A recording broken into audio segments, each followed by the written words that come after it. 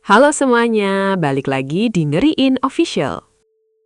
Pernah nggak kalian bayangin, tiba-tiba terbangun di tempat yang gelap banget dan sempit?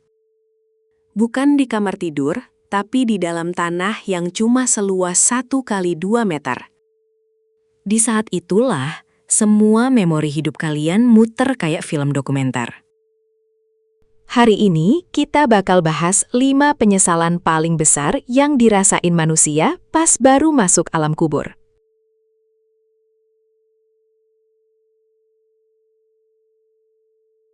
Yang pertama, dan mungkin yang paling bikin sesek, adalah ngerasa jauh dari Tuhan.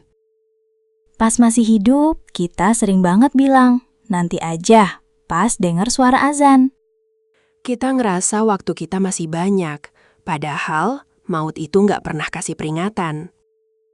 Di alam kubur, baru deh sadar kalau sholat itu satu-satunya cahaya yang kita butuhin. Bayangin rasanya, pengen balik cuma buat sujud sekali lagi. Tapi pintunya udah ketutup rapat.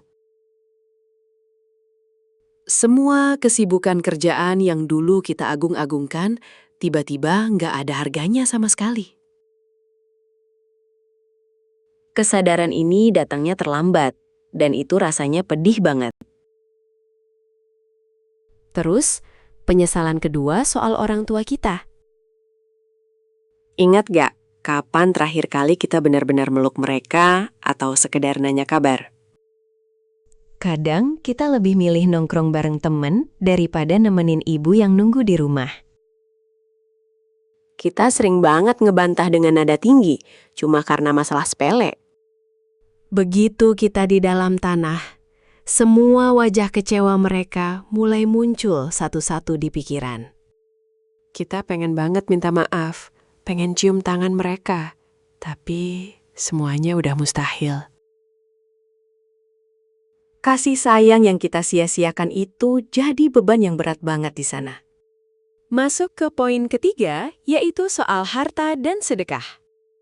Dulu kita kerja keras sebagai kuda, cuma buat numpuk saldo di rekening.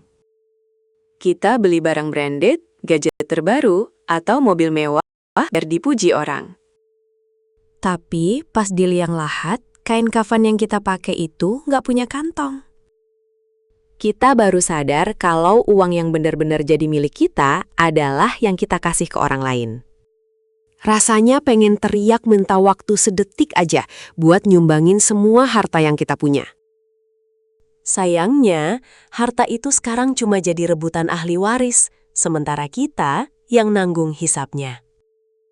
Poin keempat ini relate banget sama kehidupan digital kita, yaitu waktu yang terbuang sia-sia.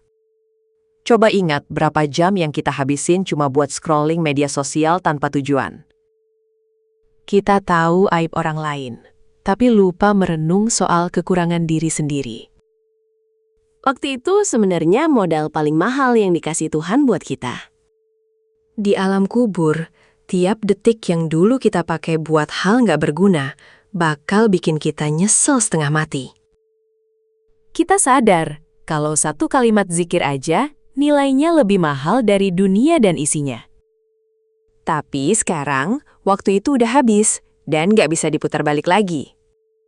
Terakhir, yang kelima, adalah dendam dan hubungan buruk dengan sesama. Gengsi buat minta maaf atau ngerasa paling benar bikin kita punya banyak musuh. Kita nyimpen benci bertahun-tahun, sampai akhirnya ajal jemput duluan. Padahal urusan sama manusia itu nggak bakal selesai sebelum dimaafin secara langsung. Di bawah tanah yang sunyi, kita baru sadar kalau ego kita itu nggak ada gunanya. Rasanya pengen banget nemuin orang-orang yang pernah kita sakitin cuma buat bilang maaf. Tapi penghalang antara dunia dan akhirat itu udah permanen.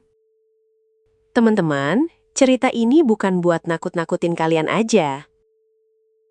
Tapi ini adalah pengingat, selagi jantung kita masih detak dan nafas masih ada. Mumpung kita masih punya kesempatan, yuk mulai perbaikin apa yang bisa diperbaiki sekarang juga. Jangan sampai kita jadi salah satu orang yang nyesal pas semuanya udah terlambat. Kalau kalian ngerasa video ini bermanfaat, jangan lupa share ke orang tersayang ya. Sampai jumpa di video berikutnya.